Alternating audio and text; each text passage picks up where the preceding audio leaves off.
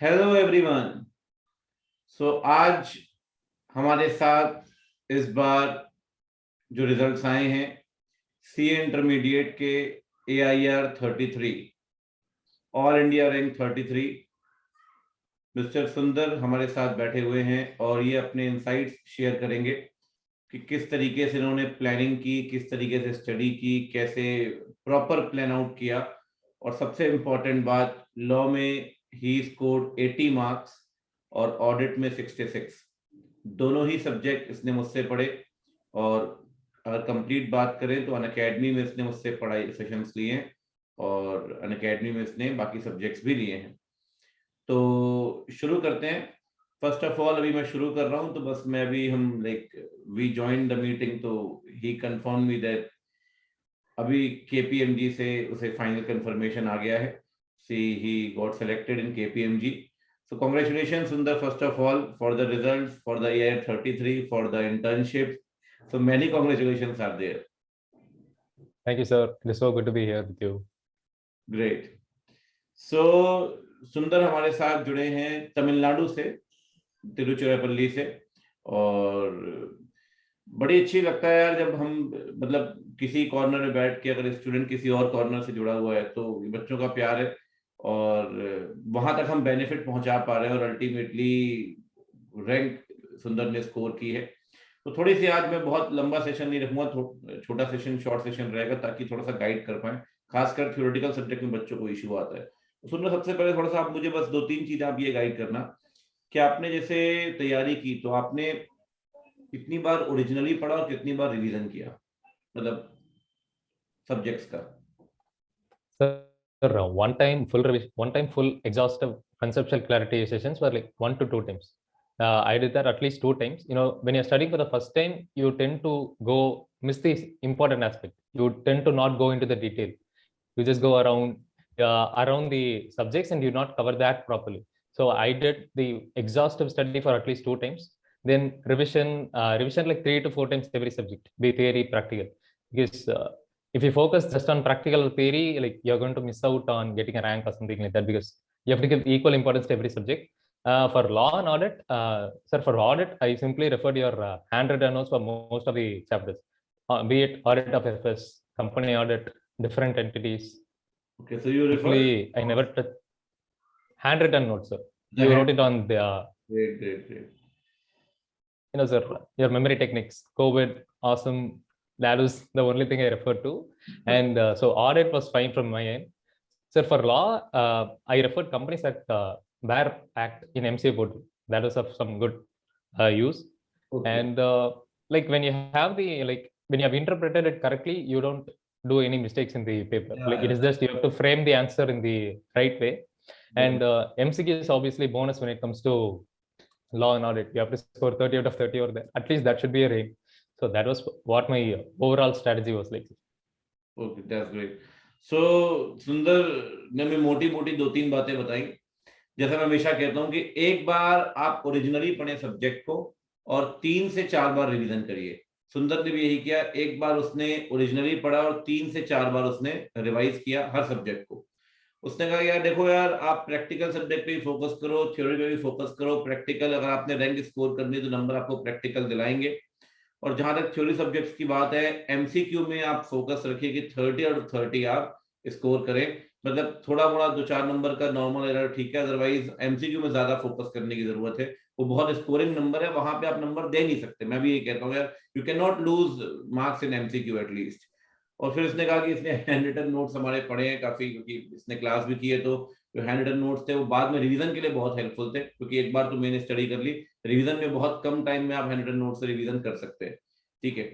तो सुंदर, जैसे कि लॉ में 80 मार्क्स हैं और ऑडिट पे 66 मार्क्स के नंबर है, तो आपने प्रैक्टिस किया था क्वेश्चन आंसर्स को लॉ ऑडिट के अंदर? Sir, I wrote 2 full test series, sir. One I went to the ICA mock test in my branch and I wrote full test series for all subjects. And I purchased 1 test series from the market and I wrote full test series.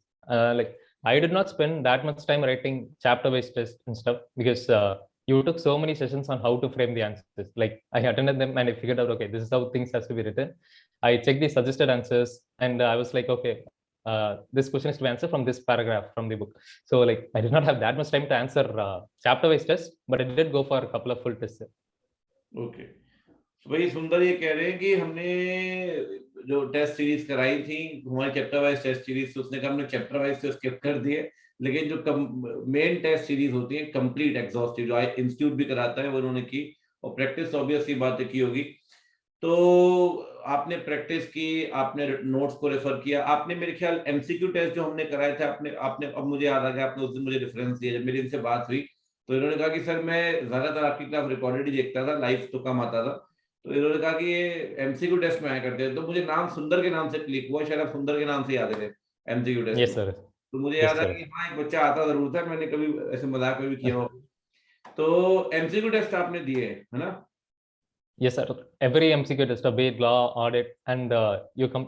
You know, for I think you did for every batch, sir. Like one batch is completed, you'll do all chapters for that batch, and if a new batch is started, you will come up with new MCQ sessions.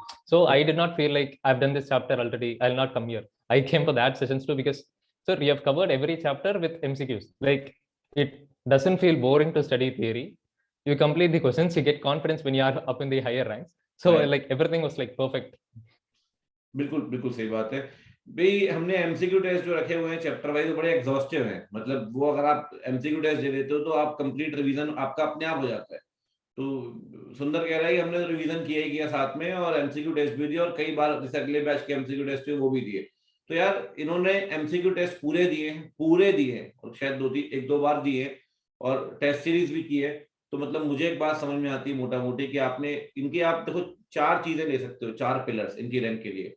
सबसे पहला pillar ये कि इन्होंने exhaustive study एक बार की, 3 से 4 बार revision किया, ठीक है, फिर सब्जेक्टिव टेस्ट सीरीज कंप्लीट वाली दी, और फिर एमसीक्यू टेस्ट भी आपने किए। अच्छा आरटीपी एमटीपी भी किए होंगे आपने, हमने भी सेशंस लिए थे आरटीपी एमटीपी के, वो It भी was your recorded sessions only, sir. You completed in like 5 hours, like all MTP, like you have every compilation. That is what I did. And sir, one more thing, you had that 1 hour session on penalties. Like that was like saving for me because I did not remember penalties at the first time around. So like, sir, every session that you might have taken on Unacademy, YouTube special, plus I've covered almost everything. So that's how, like, when you trust the teacher, you can get good marks. So that is what I would say on a personal front. Thank you. वही जो हम normally कहते हैं यार, MTP RTP हमने 4-5 घंटे में सारी आरटीपी एमटीपी करा दी, 10 के आसपास हमने।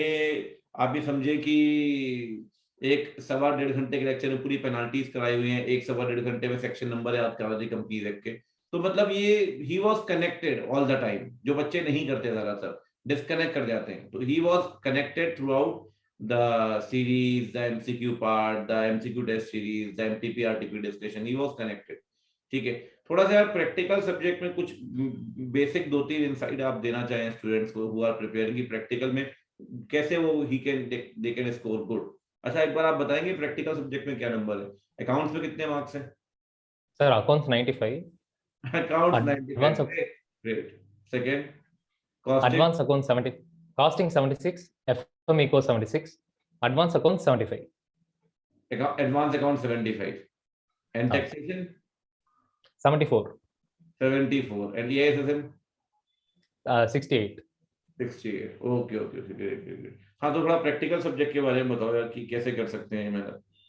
Sir, for costing and FM, it is completely new subject. So what they have to do is first they have to get their basics right. So that like some chapters which people generally find it difficult, they won't find it difficult if they have the basics.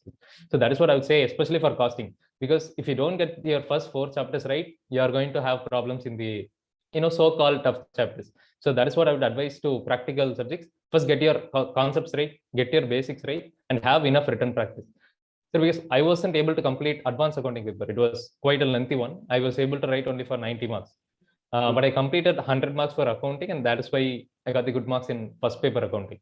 But written practice is essential for practical papers, but you can't overdo it because you have 8 subjects to take care of. So have some enough written practice. Obviously, you would know how good your speed is. So it depends on person to person, but give some test, have the basics right.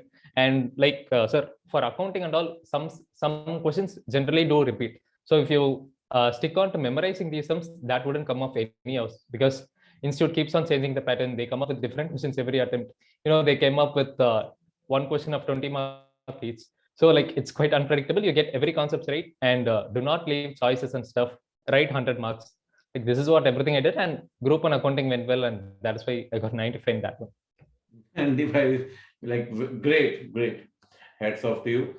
So बच्चों just जो मुझे समझ में आता है, जो उन्होंने बताया कॉस्टिंग के अंदर भी, कि कॉस्टिंग मेरी बड़ी वीक थी, I didn't score good in costing, लेकिन मेरे को बात समझ में आई कॉस्टिंग में। मैं कहता हूँ बच्चों से कि छोटे चैप्टर्स पे पहले काम कर लो, मटेरियल लेबर ओवरहेड पे, अगर वो स्ट्रांग होगा, जैसा कि ये सुंदर ने कहा, मुझे समझ में आई कि अगर आप छोटे चैप्टर से पहले काम कर लेते हैं, कॉस्ट शीट है, मटेरियल लेबर ओवरहेड्स हैं, तो फिर अगर आपके वो फंडामेंटल स्ट्रांग है, तो आगे जो सो कॉल्ड टेक्निकल चैप्टर्स हैं लाइक स्टैंडर्ड कॉस्टिंग या प्रोसेस या समथिंग लाइक दैट, तो वो आपकी चीजें आसान बन जाएंगी। तो आप भागो मत चीजों से, बेसिक जो आपके चैप्टर्स है उस पर काम करो, ठीक है।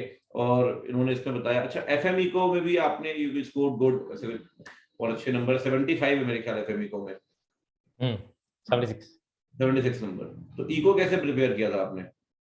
So Eco, like I did not go that much in depth. Like there are only 2 to 3 mark questions, so I just went over what is this concepts of, because and there are 15 marks practical that generally comes for economics. So first I made that question stuff, national income, some questions on money chapter. So these generally come and they do tend to repeat. So I just covered this 15 marks of practical portion first. Then I just went over a glance through the entire module. I gave it one reading. I just underlined some important points which I needed to reciprocate, and that is how we went with Eco. Financial management, sir, I felt it was quite easy. Like people who from where I did, they took the concepts quite well. So financial management, just go through the module, go through every RTP, MTP, past papers right from A18. You'll get enough confidence. And capital budgeting, working capital, do not shy away from these chapters because they are quite scoring in themselves. Great.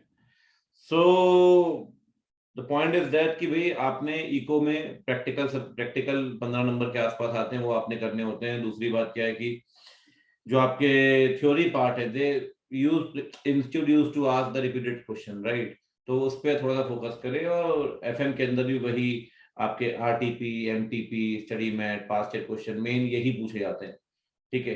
तो ये थोड़ा सा मैंने कहा preparation पे बात करें और हम आपको थोड़ा सा गाइड कर सकें सब्जेक्ट वाइज भी, लॉ ऑडिट के अंदर भी। तो यार चार पांच बातें समझ में आती है जो मुझे लगता है। स्टार्टिंग से ही वाज लाइक कांस्टेंट, क्योंकि वो स्टार्टिंग से एफर्ट कर रहे थे। दूसरी बात क्या है, एक बार अच्छे से पढ़ लिया, 3-4 बार रिवीजन कर लिया, टेस्ट सीरीज कर लिया, आरटीपी एमटी कर लिया, अगर ये सब आपने कर लिया तो कुछ बचता ही नहीं है सर और करने को, कुछ बचता ही नहीं है, ठीक है। तो मतलब he was bound to score an all India rank. Congratulations once again Sundar, and good luck for your future journey. और आपसे फाइनल के अंदर भी मुलाकात होगी। And he was going to join, मैंने आपसे स्टार्टिंग में भी कहा, internship at KPMG. Great, thank you sir, thank you.